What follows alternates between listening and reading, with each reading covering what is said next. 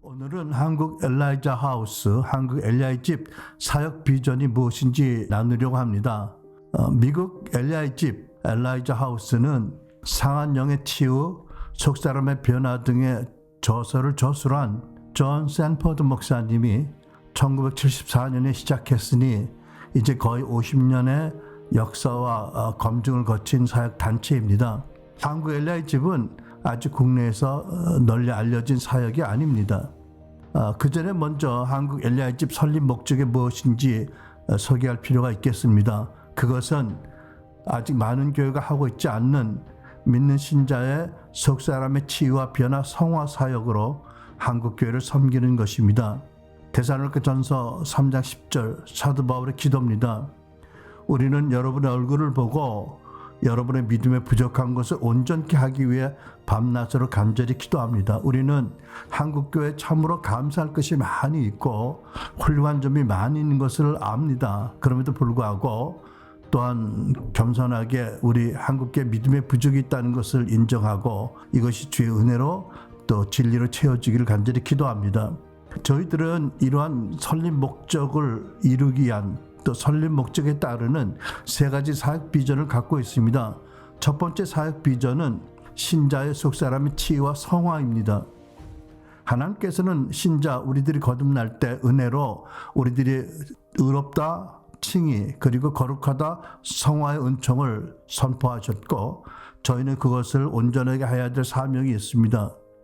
누가복음 1장 75절 우리가 주 앞에서 평생토록 거룩하고 의롭게 살도록 하셨다. 히브리 10장 12절 14절 오직 그리스도는 죄를 위하여 한 영원한 제사를 드리시고 하나님 우편에 앉으사 그가 거룩하게 된 자들을 한 번의 제사로 영원히 온전케 하셨느니라. 디도스 3장 5절 우리를 구원하시되 우리가 행한 바 의로운 행위로 말미암지 아니하고 오직 그의 긍휼하심을 따라 중생의 씻음과 성령의 새롭게 하심으로 하셨나니 라는 말씀이 이것을 의미합니다. 하나님은 그리스도 안에서 거듭난 모든 신자들에게 너는 의롭고 거룩하다라고 하시며 중생의 씻음과 성령으로 새롭게 하셨습니다. 그런데 거듭난 우리가 신자가 죄를 거듭짓고도 회개하지 않거나 또는 동시에 세상에서 살면서 받을 수밖에 없는 더러움을 오래 씻지 않으면 점점 죄를 인식하는 기능이 크게 저하됩니다. 디모데후서에 기록된 말세에 대한 경고의 말씀과 같이 특히 인터넷과 SNS 영향으로 또 다양한 경로로 우리는 세상의 오음을 엄청나게 많이 받게 되었고 그래서 거룩을 이룰 뿐 아니라 죄를 인지하는 능력도 매우 취약하게 되었습니다. 그래서 신자의 속사람이 상처를 입고 병이 들고 어두워지고 더럽혀지고 단단하고 굳어서 완고해지고 그래서 예수님을 닮는 변화와 성화와 성장이 중단됩니다. 에베소 4장 17절은 본래 불신자들에 대한 말씀이지만 역시 신자들에게도 해당되는 말씀입니다. 그들 속에는 무지와 죄에 대한 말씀의 무지와 그들의 마음의 완고함 때문에 지각이 어두워지고 세상의 더러움으로 특별히 지각이 어두워지고 그래서 하나님의 생명에서 떠나 있습니다. 신자들은 하나님의 생명에서 떠나게 될 위험을 갖고 있습니다. 그러므로 신자 안에 거하시는 성령님을 경험적으로 알고 듣고 의지하고 따를 수 없게 됩니다. 결국 하나님의 복음의 능력과 하나님의 영광과 교회 영광이 가려집니다. 이처럼 많은 신자의 변화와 성장 성화가 중단되는 1차적인 원인은 깨닫지 못하는 많은 죄를 짓고 회개하지 않기 때문이고 마음의 더러움을 씻지 않기 때문입니다. 베드로전서 2장 1절에 보면 이런 말씀이 있습니다. 그러므로 거듭난 성도들에게 하신 말씀입니다. 그러므로 여러분은 모든 악의와 모든 거짓과 위선과 시기와 모든 비방의 말을 버리십시오. 야고보 1장 21절 역시 거듭난 교회에게 주신 말씀이지요. 그러므로 더러움과 넘치는 악을 모두 버리고 온유한 마음으로 여러분 속에 심어주신 말씀을 받아들여야 합니다. 고린도서 7장 1절 우리는 하나님을 두려워하는 가운데서 거룩함을 온전히 이루어 육과 영의 온갖 더러운 곳에서 자신을 깨끗하게 하자. 히브리 12장 15절 쓴 뿌리가 돋아나서 괴롭게 하고 그것으로 많은 사람이 더러워지는 일이 없도록 주의하십시오. 그런데 믿는 신자의 변화와 성장 성화가 중단되는 2차적인 원인이 있습니다. 그것은 대부분의 교회가 신자의 치유와 변화, 성화를 위해서 주신 하나님의 말씀을 실천하지 않기 때문입니다. 특히 야고보 5장 16절. 그러므로 여러분은 서로 죄를 자백하고 서로를 위해서 기도하십시오. 그래서 여러분이 나음을 받게 하십시오. 요한복음 20장 23절. 너희가 누구의 죄든지 사해 주면 사해질 것이요 사해 주지 않으면 그대로 남아 있을 것이라. 이렇게 어떤 이유인지 우리 교회들이 말씀대로 하지 않기 때문에 신자들이 치유받지 못하고 변화되지 못하고 성장하지 못하고 성화되지 못하는 것입니다. 그러나 우리가 말씀을 따라 회개하고 또 성령 안의 상처를 치유받고 또 하나님의 사랑으로 위로를 받고 또 말씀의 물로 더러움을 씻김을 받으면 우리는 하나님의 은혜로 깨끗하고 온유한 마음을 가지게 됩니다. 깨끗하고 온유한 마음을 가지고 말씀을 사모하고 예배를 사모하면 점점 더 큰 영광에 이르게 됩니다. 고린도서 3장 18절. 모두 노후를 벗어버리고 주님의 영광을 바라봅니다. 이렇게 해서 우리는 주님과 같은 모습으로 변화하여 점점 더 큰 영광에 이르게 됩니다. 야고보 1장 21절. 그러므로 더러움과 넘치는 악을 모두 버리고 온유한 마음으로 여러분 속에 심어주신 말씀을 받아들여야 합니다. 그 말씀에는 여러분의 영혼을 구원할 능력이 있습니다. 이러한 현대교회의 심각한 문제를 해결하기 위한 우리 한국 엘리야집 사역의 첫째 비전은 신자가 마음의 치유와 변화를 받아서 깨끗하고 온유한 마음을 갖게 하는 것입니다. 곧 성화 사역입니다. 예수님께서도 이 사역을 위해서 오셨습니다. 이 목적을 위해서 오셨습니다. 이사야 61장 1절.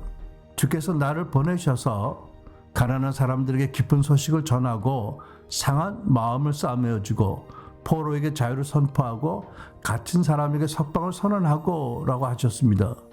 마태복음 5장 8절. 마음이 깨끗한 사람은 복이 있다. 그들이 하나님을 볼 것이다. 디모데전서 1장 5절. 이 명령의 목적은 깨끗한 마음, 선한 양심, 거짓는 믿음에서 우러나는 사랑을 불러일으키는 것입니다. 저희는 우리의 사역을 받은 신자들이 본교회로 돌아가서 말씀과 예배를 사모하는 중에 성령으로 더 변화되고 예수를 더 닮고 성장하도록 그들의 속사람 마음을 깨끗하고 온유하게 되도록 섬기고자 합니다. 그러므로 이 사역은 소위 문제나 상처가 많은 일부 신자만을 위한 사역이 아닙니다. 로마서 12장 말씀처럼 마음의 변화를 받고 하나님의 뜻을 온전히 깨닫고 예수를 닮아 성장하기 원하는 모든 신자들을 위한 사역입니다.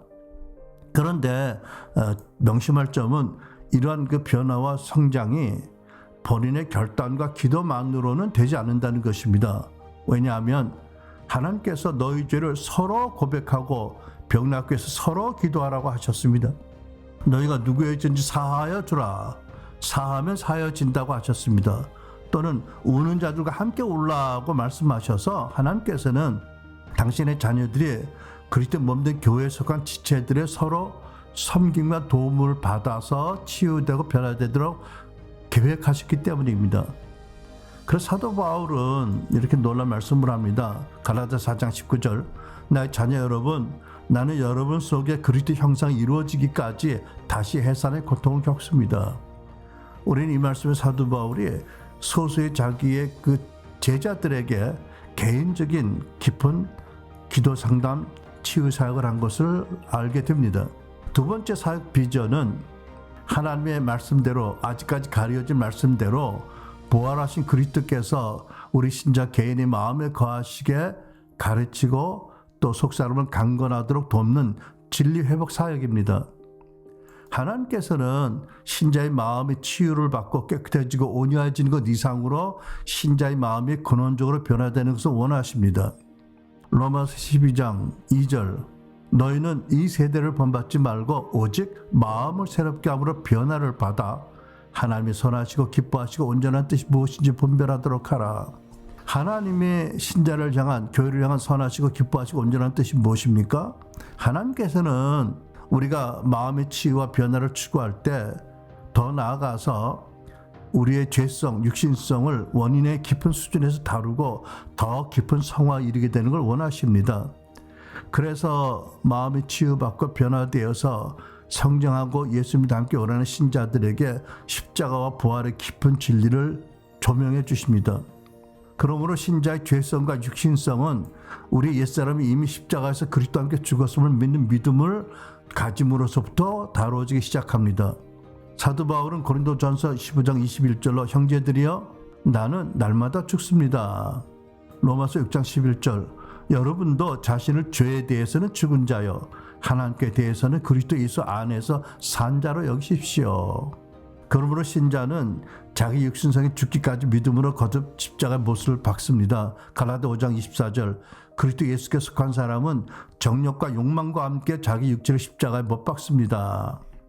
그래서 매일 십자가의 죽음과 거듭남 곧 매일 내 마음을 부음받음으로 우리는 깨끗한 그릇이 될 뿐 아니라 비로소 우리 자신을 부인하고 우리 안에 그리스도가 거하심을 알게 되고 그 그리스도를 높이고 따를 수 있게 됩니다. 에베소 3장 16절에 17절 그분의 풍성한 영광으로 그분의 성령을 시켜 여러분의 속사람을 능력으로 강건하게 해주시고 믿음으로 말미암아 그리스도를 여러분의 마음에 머물러 계시게 해주길 빕니다. 놀라운 사도의 기도입니다. 여기서 속사람을 강건하기 위해서는 먼저 치유받고 그 다음에 위로받고 또 깨끗해지고 온유해질 뿐 아니라 하나님의 사랑과 정체성으로 말미암아 강건하게 될 줄 믿습니다. 그럴 때 그리스도가 우리 마음에 계실 수 있다는 믿음으로 말미암아 하나님께서는 우리 마음에 그리스도가 머물게 해주신 줄로 믿습니다. 그러므로 말미암아 사도 바울이 빌립보 4장 13절에 고백하신 것처럼 나에게 능력 주시는 분을 힘입어 나는 무엇이든지 할 수 있다라고 고백할 수 있게 하십니다. 하나님께서는 치유와 성화를 추구하는 신조로 하여금 자신을 완벽하게 하기는커녕 자기 자신이 철저히 타락했음을 깨닫게 하시고 자신을 십자가 못 박고 그리고 온전히 주님만 의지하게 하십니다.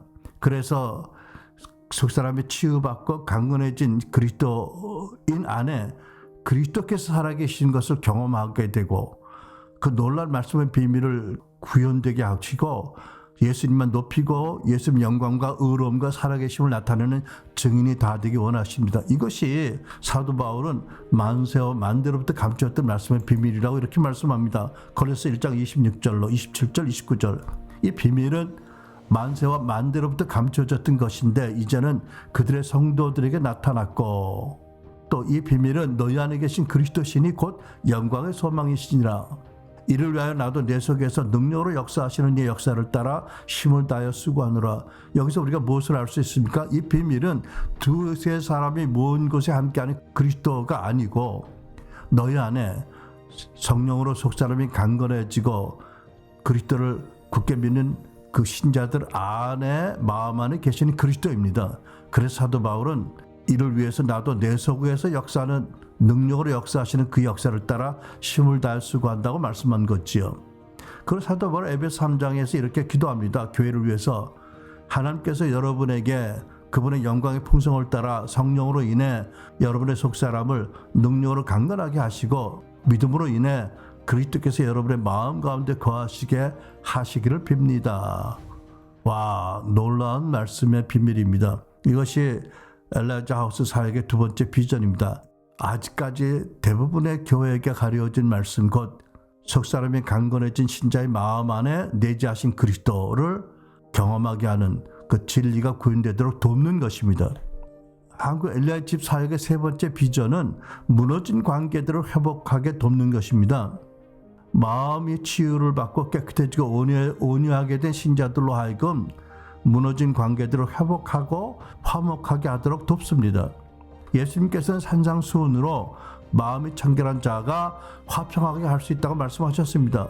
마태복음 5장 8절로 9절 마음이 청결한 자가 복이 있나니 그들이 하나님을 볼 것이며 화평케 하는 자는 복이 있나니 그들이 하나님의 아들이라 일컬음을 받을 것이며 그런데 하나님께서는 구약 마지막 말씀으로 말세에 크고 두려운 날이 이르기 전에 반드시 세대 간의 화해가 일어나야 한다고 말씀하셨습니다. 그렇지 않으면 큰 저주가 임한다고 경고하셨습니다. 그리고 이 놀라운 일을 위하여 말세에 엘리야 영을 교회에 부어주신다고 언약하셨습니다. 말라기 4장 5절 6절 보라 여호와의 크고 두려운 날이 이르기 전에 내가 선지자 엘리야를 너에게 보내리니 그가 아비의 마음을 자녀에게 돌이키게 하고 자녀들의 마음을 그들의 아비에게로 돌이키게 하리라.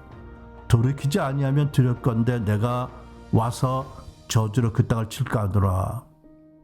마음이 깨끗해지고 온유하게 된 신자들로 하여금 그들의 모든 관계에서 화평하게 하고 특별히 세대 간에 화해하도록 돕는 것이 한국 엘리야집의 세 번째 사역 비전입니다. 그리고 저희들은 하나님께서 우리에게 주신 엘리야의 영이 모든 교회에 크고 엄청나게 임하게 되기를 기도합니다.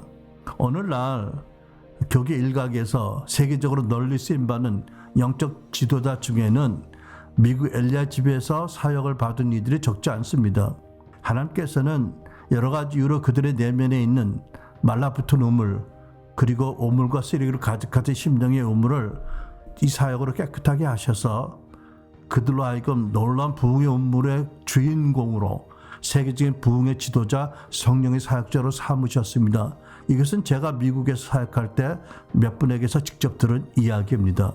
정리하면 한국 엘리야집의 사역 비전은 첫째, 신자의 속사람의 치유를 받아 깨끗하고 온유하고 또 강건하게 하도록 하는 성화 사역입니다. 두 번째, 신자의 본성이 근본적으로 변화되고 강건해져서 그리스도를 마음에 모시고 살게 하는 아직도 교회에게 감추어진 말씀의 비밀이 드러나고 이루어지게 하는 진리 회복 사역입니다. 세 번째, 신자의 모든 부조화와 단절된 관계를 화목하게 하는 화해 사역입니다. 하나님께서는 이렇게 약속하셨습니다. 디모데후서 2장 20절, 큰 집에는 금그릇과 은그릇뿐 아니라 나무그릇과 질그릇도 있어 귀하게 쓰는 것도 있고 천하게 쓰는 것도 있나니 그러므로 누구든지 이런 곳에서 자기를 깨끗하게 하면 귀히 쓰는 그릇이 되어 거룩하고 주인의 쓰심에 합당하며 모든 선한 일에 준비함이 되리라. 저는 이 말씀을 통해서 이렇게 듣습니다. 많은 사역자들이 사람들을 보기에 큰 일도만 가장 중요한 것은 누구든지 속사람을 깨끗하게 하는 것입니다.